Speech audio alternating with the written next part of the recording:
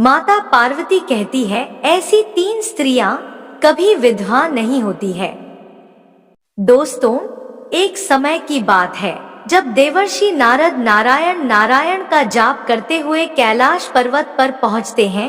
तब वह भगवान शिव और माता पार्वती को प्रणाम करते हुए कहते हैं, हे प्रभु, आज जब मैं पृथ्वी लोक पर भ्रमण कर रहा था तब मैंने देखा कि कई सारी स्त्रियां अपने पतिव्रता धर्म का कठोर से पालन कर रही थी। वहीं कुछ स्त्रियां अपने पति की आंखों में धूल झोंककर पराये पुरुषों के साथ अनैतिक संबंध बना रही थी। ऐसा क्यों होता है, मैं जानना चाहता हूँ। आखिर एक सच्ची पतिव्रता स्त्री की पहचान कैसे की जाए? हे प्रभु, ऐसी स्त्री के अंदर कौन से गुण होते हैं तथा एक चरित्रहीन स्त्री में कौन से अवगुण होते हैं?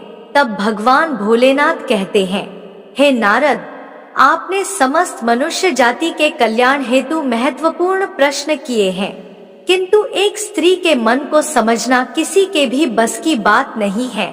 आपको इन प्रश्नों के उत्तर देवी पार्वती ही दे सकती है। तब भगवान भोलेनाथ कहते हैं, हे पार्वती, मैं आपसे निवेदन करता हूँ कि आप हमारे परम भक्त देवर्षि नारद की जिज्ञासा को शांत कीजिए और उनका मार्गदर्शन कीजिए। तब देवी पार्वती कहती है, हे प्रभु, आपकी आज्ञा से मैं अवश्य ही नारद जी की जिज्ञासा को अवश्य ही शांत करूंगी। हे देवर्षि नारद, नारी के अंदर भी यह 3 प्रकार के लक्षण होते हैं। उस स्त्री का वंश शुद्ध होता है और उसके घर पर सदा ही लक्ष्मी निवास करती है। उस नारी के पति के साथ ही पिता के भी इन दोनों के कुल के लोगों को स्वर्ग की प्राप्ति होती है। जो स्त्रियां पतिव्रता होती है वह मृत्यु के पश्चात स्वर्ग लोक को प्राप्त करती है। हे नारद, मैं तुम्हें पतिव्रता की महानता की एक पवित्र कथा सुनाती हूँ। इस कथा का श्रवण करने मात्र से ही व्यक्ति के सभी पाप नष्ट होते हैं। जो व्यक्ति ध्यान मग्न होकर इस कथा का श्रवण करता है, भगवान भोलेनाथ उसके समस्त पापों का नाश कर देते हैं। इसीलिए प्रत्येक मनुष्य को इस कथा को बड़े ही ध्यान से सुनना चाहिए। दोस्तों, माता पार्वती कहती है, हे देवर्षि नारद, बहुत समय पहले की बात है। जनकपुर नाम की एक बहुत ही खूबसूरत नगरी थी। उसमें एक पतिव्रता ब्राह्मणी रहती थी। उसका नाम था उर्मिला। उर्मिला का पति पिछले जन्मों के पाप कर्मों की वजह से इस जन्म में कोढ़ी हो गया था, अर्थात उसे कोढ़ का रोग हो गया था और उसके शरीर में बहुत सारे जख्म हो गए थे, जिससे कि सदा ही पस निकलता रहता था। अपने पति की ऐसी दुर्गति देखकर भी उर्मिला ने अपने पति का साथ नहीं छोड़ा और निर्मल भाव से वह सदा अपने पति की सेवा करती रहती थी। पति के मन में जो जो इच्छा होती वो नारी अपनी शक्ति के अनुसार पूर्ण करने का प्रयास करती थी। उर्मिला प्रतिदिन देव पूजा की तरह ही अपने पति की पूजा करती थी और अपने मन की सभी इच्छाओं का त्याग करके अपने पति के प्रति प्रतिदिन विशेष स्नेह रखती थी। दोस्तों, माता पार्वती रहती है, हे देवर्षि नारद, फिर एक दिन उर्मिला के पति को रास्ते से जाती हुई एक अत्यंत सुंदर वेश्या दिखाई दी। सुंदर वेश्या को देखकर उसका पति कामवासना से भर गया और उस वेश्या पर मोहित हो गया। उस वेश्या के सुंदर रूप ने ब्राह्मण को पूरी तरह उसके वश में कर दिया।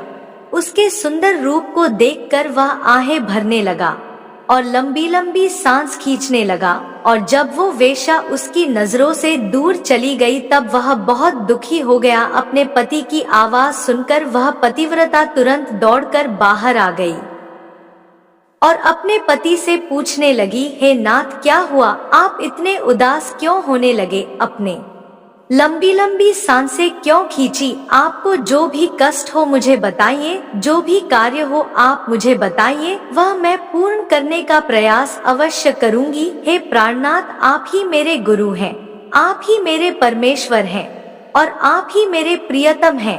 पत्नी के इस प्रकार से पूछने पर उसके पति ने कहा, मुझे जो चाहिए वह तुम नहीं दे सकती, तुम ही क्या वहाँ मुझे कोई नहीं दे सकता, इसीलिए उस पर बात करना व्यर्थ है, इसलिए तुम रहने दो। फिर वहाँ पतिव्रता स्त्री बोली, हे नाथ, मुझे विश्वास है कि मैं आपके कार्य को अवश्य ही सिद्ध कर सकती हूँ। आप केवल मुझे आज्ञा देने का कष्ट करें, मैं अपनी पूरी शक्ति लगाकर उस काम को पूरा करूंगी। उस कार्य को पूर्ण करने के लिए जो भी उपाय होगा मैं वह करूंगी। अगर मैं आपके इस कार्य को पूरा कर सकूंगी तो मेरा इस लोक में और परलोक में कल्याण होगा। फिर उर्मिला के कोड़ी पति ने कहा, हे प्रिय, ठीक है, तो मैं तुम्हें बताता हूँ। अभी अभी इस रास्ते से एक अत्यंत सुंदर वैश्य जा रही थी।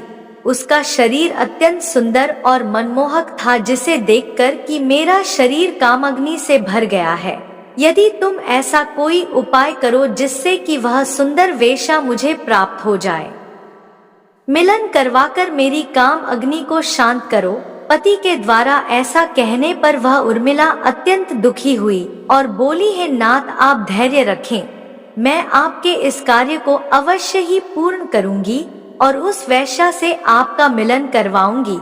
इतना कहकर उस पतिव्रता स्त्री ने मन ही मन कुछ विचार किया और फिर रात्रि के अंतिम पहर में वहां गोबर और झाड़ू को लेकर घर से चली गई।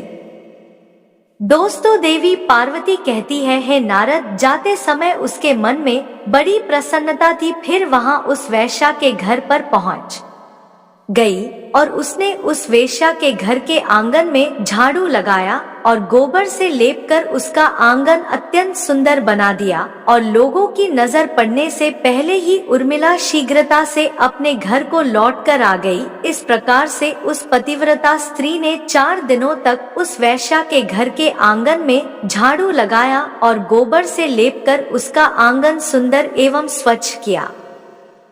उधर वह वैश्या अपने आंगन को देखकर अपने सेवकों से पूछने लगी, अरे वह क्या बात है, आज आंगन की इतनी बढ़िया सफाई किसने की है? जिसने भी मेरा आंगन स्वच्छ किया है, मैं उसकी इच्छा अवश्य पूर्ण करूंगी। फिर वैश्य के सेवकों ने कहा, हे वेश्या, इस आंगन की सफाई तो हमने नहीं की, हमारे जागने से पहले ही कोई इस आंगन की सफाई करके चला जाता है। सेवकों की बात सुनकर वैश्य को बड़ा आश्चर्य हुआ और वह सोचने लगी कि आखिर कौन आकर उसके घर के आंगन को साफ कर रहा है। फिर उसने यहाँ सब जानने के लिए रात भर जागरण किया और छिपकर देखने लगी। तभी उसने देखा कि रात्रि के अंतिम पहर में आकर ब्राह्मणी आकर उसके घर के आंगन को साफ कर रही है। दोस्तों, माता पार्वती कहती है, हे देवर्षि नारद, ब्राह्मणी को देखते ही वहां वैश्य बोलती है, हाय हाय, हे देवी, आप यह क्या कर रही हो? क्यों मुझ पापी स्त्री के घर का आंगन साफ कर रही हो? हे देवी, मुझे क्षमा करो और आप यह काम मत करो। इतना कहकर उस वेश्या ने उस ब्राह्मणी के पैर पकड़ लिए और कहा, हे पतिव्रता, आप क्यों मेरी आयु, यश, संपत्ति और कीर्ति का विनाश करने की चेष्टा कर रही हो? मैंने ऐसा कौन सा अपराध किया है? हे देवी, आपको जो चाहिए वह मुझसे मांग लो, मैं बिना संकोच किए ही आपको दे दूंगी। किंतु आपको यह कार्य शोभा नहीं देता है। तब उस पतिव्रता ने उस वैश्य से कहा, हे सुंदरी, मुझे धन की लालसा नहीं है, किंतु तुम ही से मुझे कुछ काम है। यदि तुम करोगी तो मैं तुम्हें बता देती हूँ। यदि तुम उस कार्य को पूर्ण करोगी तो मेरे मन को शांति मिलेगी और तभी मैं समझूंगी कि तुमने मेरा सारा मनोरथ पूर्ण कर दिया। फिर वह वैश्य बोली, हे पतिव्रता, आप जल्दी बताइए, मैं वचन देती हूँ आपका जो भी कार्य है मैं उसे अवश्य ही पूर्ण करूंगी। हे माता, आप महान पतिव्रता है, मैं आपका कोई भी कार्य करूंगी तो मेरे सभी पाप नष्ट हो जाएंगे। आपके चरण छूने मात्र से ही मैं पाप से मुक्त हो चुकी हूँ। कृपया आप जल्दी बताइए, मैं आपकी किस प्रकार से मदद कर सकती हूँ? फिर उस पतिव्रता ने लड़खड़ाते हुए कहा, हे सुंदरी, कुछ दिनों पहले मेरे पति की नजर तुम्हारे सुंदर शरीर पर पड़ी थी, जिसे देखकर वह तुम्हारे शरीर के मोह में पड़ गए हैं और तुमसे मिलन करने की इच्छा कर रहे हैं। इतना सुनकर वह वेश्या चौंक गई और कुछ क्षणों तक विचार करने लगी। उसे उस दुर्गंध युक्त कौड़ी पुरुष से संबंध बनाने की बात सोचकर बड़ा दुख होने लगा। वह वेश्या उस पतिव्रता से बोली, हे देवी, अगर तुम्हारे पति को लेकर मेरे घर पर आ जाओ तो मैं एक दिन के लिए उनकी इच्छा अवश्य पूर्ण करूंगी। तब उस पतिव्रता ने कहा, हे सुंदरी, मैं आज रात को ही अपने पति को लेकर तुम्हारे घर पर आऊंगी और जब वह खुद की तृप्ति करके संतुष्ट हो जाएंगे तब मैं फिर से उनको अपने घर वापस ले जाऊंगी। तब वेश्या बोली, हे पतिव्रते, तुम शीघ्र ही अपने घर पर चली जाओ ताकि कोई और तुम्हें यहाँ पर ना देखे और आधी रात को लेकर अपने पति को यहाँ पर लेकर चली आओ। मैं तुम्हारी यह इच्छा अवश्य ही पूर्ण करूंगी।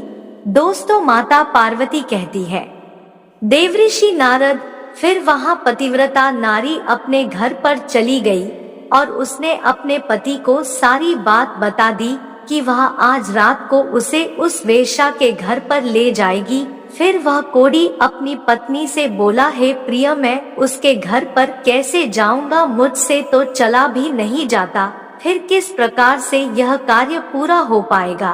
तब पतिव्रता स्त्री बोली, हे प्राणनाथ, आप चिंता मत कीजिए, मैं आपको अपनी पीठ पर बिठाकर लेकर जाऊंगी और जब आपका कार्य पूरा हो जाएगा तब आपको अपनी पीठ पर बिठाकर वापस ले आऊंगी। यहाँ सुनकर वह ब्राह्मण बहुत खुश हुआ और अपनी पत्नी से बोला, हे कल्याणी, तुम एक महान नारी हो, तुमसे मैं अति प्रसन्न हूँ।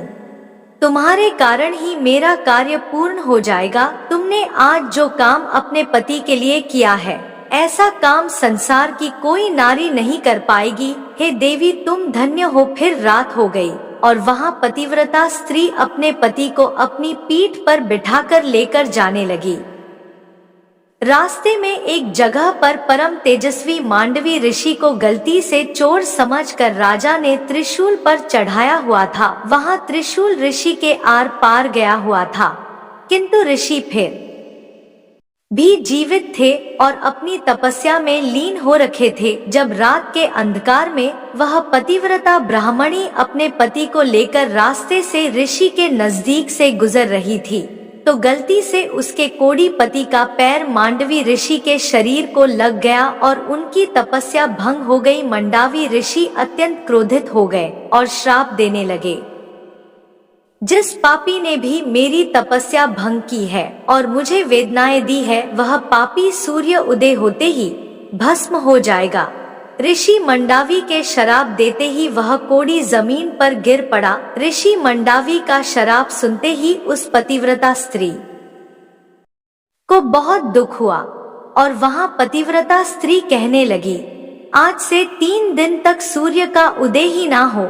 इतना कहकर वहां पतिव्रता अपने पति को लेकर घर चली गई और अपने पति को सैया पर लिटाकर उसके पास बैठ गई। दोस्तों, माता पार्वती रहती है, हे देवर्षि नारद, पतिव्रता की वाणी में इतनी शक्ति होती है कि वह जो भी कहती है वह सत्य हो जाता है और पतिव्रता के कहने पर सूर्य देव को भी उसका पालन करना पड़ता है, क्योंकि स्वयं महादेव ने ही पतिव्रता स्त्रियों को यहाँ वरदान दिया है कि वह जो बोलेगी वह सिद्ध हो जाएगा। फिर 3 दिनों तक सूर्य का उदय नहीं हुआ और सारा संसार अंधकार में डूब गया और तीनों लोकों में इसकी खबर फैल गई। यह सब देखकर सभी देवता ब्रह्मा जी के पास गए और सूर्य के उदय न होने का कारण पूछने लगे। तब ब्रह्मा जी ने उन देवताओं को उस ब्राह्मणी का और मांडवी ऋषि का सारा वृतांत सुना दिया। फिर सभी देवता ब्रह्मा जी के साथ अपने अपने दिव्या विमान में बैठकर उस पतिव्रता स्त्री के पास चले गए और कहते हैं, हे माता, तुम्हारे कहने से सूर्य का उदय होना रुक गया है, जिसके कारण समस्त पृथ्वी खतरे में आ गई है। सभी प्राणियों का जीवन संकट में आ गया है। आप कृपा करके अपने वचन वापस ले लो और सूर्य का उदय होने दो। फिर उस पतिव्रता स्त्री ने कहा, हे भगवान, एकमात्र गुरु ही मेरे पति हैं। यह मेरे लिए संपूर्ण लोगों से बढ़कर है। और सूर्य का उदय होते ही मेरे पति की मृत्यु हो जाएगी, क्योंकि मंडवी ऋषि ने ऐसा श्राप दिया है। मैंने किसी लोभ में, क्रोध में या किसी मोह में आकर ऐसा नहीं किया है। मैं तो केवल अपने पति के प्राणों की रक्षा करना चाहती हूँ। फिर ब्रह्मा जी ने कहा है, माता तुम्हारे पति की आयु इतनी ही थी, उसकी मृत्यु से पृथ्वी का कल्याण होगा। अपने पति के प्राण जाने दो, इससे तुम्हें बहुत पुण्य मिलेगा। फिर वहां पतिव्रता बोली है, देव पति का त्याग करके मुझे किसी भी लोक में सुख की प्राप्ति नहीं होगी। मेरे पति तो मेरे लिए ईश्वर हैं, इसीलिए तो मैं उनका त्याग नहीं कर सकती। फिर ब्रह्मा देव ने कहा है, कल्याणी तुम्हारे इस पतिव्रत धर्म से मैं बहुत प्रसन्न हूँ। तुम अभी अपनी इस हट को छोड़ दो और सूर्य का प्रकाश उदय होने दो, जिससे कि सारे संसार का कल्याण होगा और हमारे आशीर्वाद से तुम्हारा कोड़ी पति भी कामदेव के समान सुंदर हो जाएगा। दोस्तों, माता पार्वती रहती है, हे देवर्षि नारद, ब्रह्मा जी द्वारा ऐसे कहने पर उस पतिव्रता स्त्री ने थोड़ी देर विचार किया और उसके बाद हाँ कहा और स्वीकृति दे दी। और फिर सूर्य का उदय हुआ और मांडव ऋषि के शराप के कारण तुरंत ही उसका पति जलकर राख हो गया और फिर उसी ही राख से अत्यंत ही सुंदर एक कामदेव समान रूप वाला उसका पति बाहर आकर खड़ा हो गया। यह चमत्कार देखकर वहां पतिव्रता स्त्री अत्यंत प्रसन्न हुई और फिर स्वर्ग लोक से एक अत्यंत ही तेजस्वी विमान आया और वहां पतिव्रता नारी अपने पति के साथ बैठकर स्वर्ग लोक की ओर चल पड़ी। दोस्तों, माता पार्वती कहती है, हे देवर्षि नारद, इस प्रकार से पतिव्रता नारी में संसार को भी नष्ट करने की शक्ति होती है। पतिव्रता नारी के सामने बड़े बड़े देवताओं को भी झुकना पड़ता है। दोस्तों, उम्मीद है आपको यह कथा पसंद आई होगी।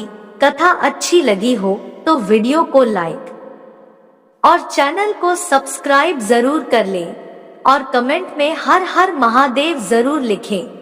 और वीडियो के अंत तक बने रहने के लिए आप सभी प्यारे दोस्तों का तहे दिल से धन्यवाद। मिलते हैं अगली वीडियो में।